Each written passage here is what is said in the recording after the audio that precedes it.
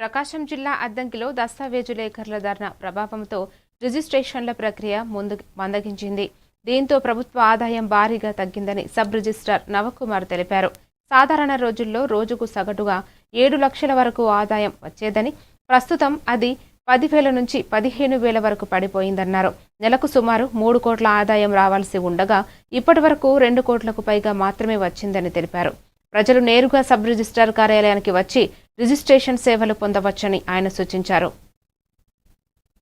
నేరుగా కార్యాలయానికి వచ్చి ఈ దస్తావేజులేఖరులు ధర్నా చేసినప్పటికీ రిజిస్ట్రేషన్ కార్యకలాపాలు రిజిస్ట్రేషన్ కార్యాలయంలో ప్రజలు ఇబ్బంది గురి కాకుండా నేరుగా కార్యాలయానికి వచ్చి రిజిస్ట్రేషన్ చేసుకునే సదుపాయం కూడా ప్రస్తుతం ప్రభుత్వ సూచనల మేరకు కార్యకలాపాలు నిర్వహించాలని కోరినందున నిర్వహించుటకు సిబ్బంది సిద్ధంగా ఉంది.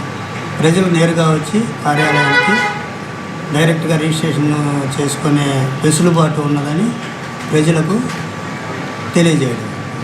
కావున ప్రజలందరూ ఇది తెలుసుకొని నేరుగా రిజిస్ట్రేషన్ కార్యాలయానికి వచ్చి వారికి ఎటువంటి ఇబ్బంది లేకుండా వారికి కావలసిన రిజిస్ట్రేషన్ సేవలు అందించడానికి సిబ్బంది సిద్ధంగా ఉన్నదని తెలియజేయాలి.